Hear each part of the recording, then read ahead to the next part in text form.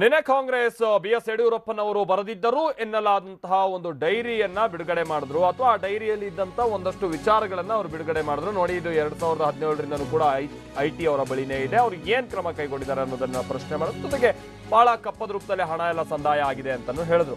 BJP ಇದನ್ನ ನಿರಾಕರಿಸುತ್ತಲೇ ಈಗ 10 ಪ್ರಶ್ನೆಗಳನ್ನ ಬಿಡುಗಡೆ ಮಾಡಿದೆ. ಏನದು 10 ಪ್ರಶ್ನೆಗಳು? ಪ್ರಶ್ನೆ ನಂಬರ್ 1, ಡೈರಿ ನಿಮಗೆ ಸಿಕ್ಕಿದ್ದು ಯಾವಾಗ? ಒಂದು. ಪ್ರಶ್ನೆ ನಂಬರ್ 2, ಈ ಡೈರಿಯನ್ನ ನಿಮಗೆ ತಂದುಕೊಟ್ಟಿದ್ದು ಯಾರು? ಹಾಗೆ ಪ್ರಶ್ನೆ ನಂಬರ್ 3, ಆ ಡೈರಿಯನ್ನ ನಿಮಗೆ ಎಲ್ಲಿ ಕೊಟ್ಟರು? ಪ್ರಶ್ನೆ ನಂಬರ್ 4, ಒರಿಜಿನಲ್ ಡೈರಿ ಎಲ್ಲಿ? ಪ್ರಶ್ನೆ ನಂಬರ್ 5, ಯಾಕೆ ಇದುವರೆಗೂ ಈ ಡೈರಿಯನ್ನ ಆಧರಿಸಿ ಲೋಕಾಯುಕ್ತ ಅಥವಾ ACBಗೆ ದೂರು ಕೊಟ್ಟಿಲ್ಲ? ನಿನ್ನೆ ಇದನ್ನು ಕೂಡ ಹೇಳಿದ್ರಲ್ಲ, ಲೋಕಾಯುಕ್ತ ತನಿಖೆ ಆಗ್ಬೇಕು, ಲೋಕಪಾಲಲ್ಲಿ ತನಿಖೆ ಆಗ್ಬೇಕು ಅನ್ನೋ ರೀತಿಯಲ್ಲಿ. 2006 ಪ್ರಶ್ನೆ ನಂಬರ್ 6, 2013 ಮೇ ತಿಂಗಳಿಂದ ನಿಮ್ಮದೇ ಪಕ್ಷದ ಆಡಳಿತ ಇದ್ರೂ ಕೂಡ ಯಾವುದೇ ತನಿಖೆ ನಡೆಸದೇ ಇರೋದಕ್ಕೆ ಕಾರಣ ಏನು?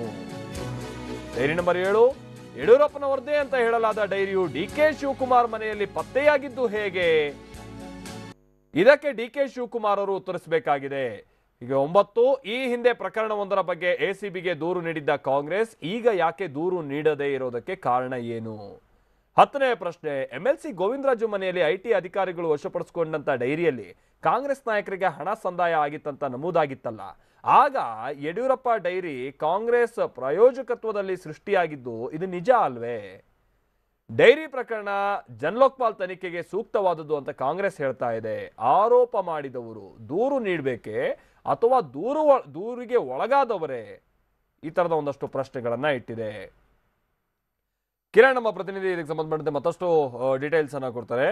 ಕಿರಣ್, ಪ್ರಶ್ನೆಗಳನ್ನ ಹೌದು ಕೇಳಿದ್ದಾರೆ, ಬಟ್ ಫಸ್ಟ್ ಅಲ್ಲಿ ನಾವು ಒಂದಷ್ಟು ಪ್ರಶ್ನೆಗಳನ್ನ ನೋಡಿದ್ರೆ ಒಂದ್ ರೀತಿ ತಮಗಿರೋ ಡೌಟ್ ಕ್ಲಿಯರ್ ಮಾಡ್ಕೊಳಕ್ ಪ್ರಶ್ನೆ ಕೇಳ್ದಂಗಿದೆ. ನಿಮ್ಗೆ ಕೊಟ್ಟಿದ್ಯಾರು, ಎಲ್ಲಿ ಕೊಟ್ಟಿದ್ರು, ಯಾಕೆ ಕೊಟ್ರು, ಈ ತರದೆಲ್ಲ ಪ್ರಶ್ನೆಗಳನ್ನ ಕೇಳ್ಕೊಂಡು. ಬಟ್ ಇದನ್ನ ಹೆಂಗ್ ಕೌಂಟರ್ ಮಾಡೋದಕ್ಕೆ ಬಿಜೆಪಿ ಈ ಪ್ರಶ್ನೆಗಳ ಮುಖಾಂತರವಾಗಿ ಪ್ರಯತ್ನ ಮಾಡ್ತಾ ಇದೆ. ಕಿರಣ್, ಮಲ್ತೇಶ್, ಈಗ ನಿನ್ನೆ ಡೈರಿಯನ್ನ ಬಿಡುಗಡೆ ಮಾಡಿ ಕಾಂಗ್ರೆಸ್ ಸುಮ್ಮನಾಗಿದ್ರು ಕೂಡ ಆ ವಿಚಾರವನ್ನ ಅಲ್ಲಿಗೆ ಬಿಡೋದಕ್ಕೆ ಬಿಜೆಪಿ ಸಿದ್ಧ ಇಲ್ಲ ಅನ್ನುವಂಥದ್ದನ್ನ ಈ ಮೂಲಕ ಬಿಜೆಪಿ ತೋರಿಸ್ಕೊಡ್ತಾ ಇದೆ. ಯಾಕೆಂದ್ರೆ ಚುನಾವಣಾ ಸಮಯ ಆಗಿರೋ ಕಾರಣಕ್ಕಾಗಿ ಕಾಂಗ್ರೆಸ್ ಬಿಡುಗಡೆ ಮಾಡಿರುವಂತಹ ಡೈರಿಯನ್ನ ಕಾಂಗ್ರೆಸ್ಗೆ ತಿರುಗು ಬಾಣವಾಗಿಸುವಂತಹ ಒಂದು ಪ್ರಯತ್ನವನ್ನ ಈಗ ಬಿಜೆಪಿ ಮಾಡ್ತಾ ಇರುವಂತದ್ದು. ಆ ಕಾರಣಕ್ಕಾಗಿ ಈಗ 10 ಪ್ರಶ್ನೆಗಳನ್ನ ಎತ್ತಿರುವಂತಹ ಬಿಜೆಪಿ ನೇರವಾಗಿ ಕಾಂಗ್ರೆಸ್ಗೆ ಆ ಪ್ರಶ್ನೆಗಳನ್ನ ಕೇಳಿದೆ. ಅಂದ್ರೆ ಡೈರಿಯ ಮೂಲ ಯಾವ್ದು ಅನ್ನುವಂಥದ್ದನ್ನ ನೀವು ಸ್ಪಷ್ಟಪಡಿಸಬೇಕು ಅನ್ನುವಂತಹ ಒಂದು ಉದ್ದೇಶವನ್ನು ಇಟ್ಕೊಂಡು ಈ ಬಿಜೆಪಿ ಪ್ರಶ್ನೆಯನ್ನ ಕೇಳಿರುವಂತದ್ದು. ಒಂದು ವೇಳೆ ಈ ಬಿಜೆಪಿಯ ಪ್ರಶ್ನೆಗಳಿಗೆ ಕಾಂಗ್ರೆಸ್ ಉತ್ತರ ಕೊಡೋದಕ್ಕೆ ವಿಫಲವಾದ್ರೆ ಅಲ್ಲಿಗೆ ಕಾಂಗ್ರೆಸ್ ಪಲಾಯನವಾದ ಮಾಡ್ತಾ ಇದೆ ಅನ್ನುವಂಥದ್ದನ್ನ ಬಿಂಬಿಸೋದಕ್ಕೆ ಕೂಡ ಬಿಜೆಪಿಗೆ ಅವಕಾಶ ಸಿಗುತ್ತೆ. ಆ ಉದ್ದೇಶವನ್ನು ಇಟ್ಟುಕೊಂಡೇ ಈಗ ಬಿಜೆಪಿ 10 ಪ್ರಶ್ನೆಗಳನ್ನ ಕಾಂಗ್ರೆಸ್ನ ಮುಂದಿಟ್ಟಿರುವಂತದ್ದು.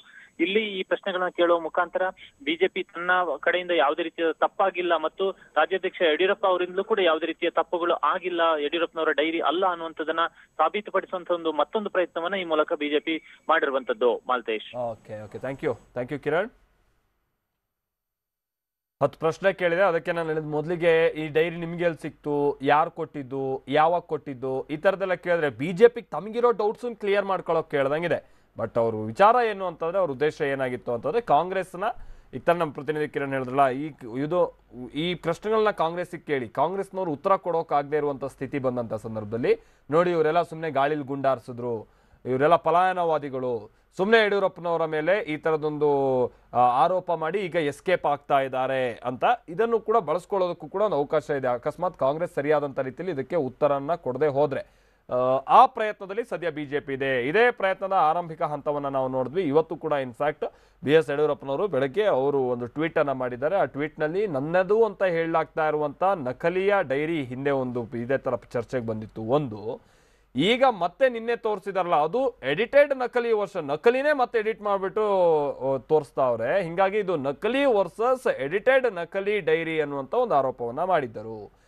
ಈ ಕಾರಣದಿಂದ ಅದರಲ್ಲೂ ಕೂಡ ಇವರು ಎಡವಟ್ ಮಾಡ್ಕೊಂಡಿದ್ದಾರೆ ಅಂತ ಟೀಕೆ ಮಾಡ್ತಾ ಇದ್ರು. ಹೀಗೆ ಕಾಂಗ್ರೆಸ್ ಮಾಡಿರುವಂತ ಆರೋಪವನ್ನೇ ಟೀಕೆಗೆ ಬಳಸ್ಕೊಳ್ತಾ ಇರುವಂತ ಸಂದರ್ಭ ಬಿಜೆಪಿಯಿಂದ ನಾವು ಗಮನಿಸ್ತಾ ಇದ್ದೀವಿ.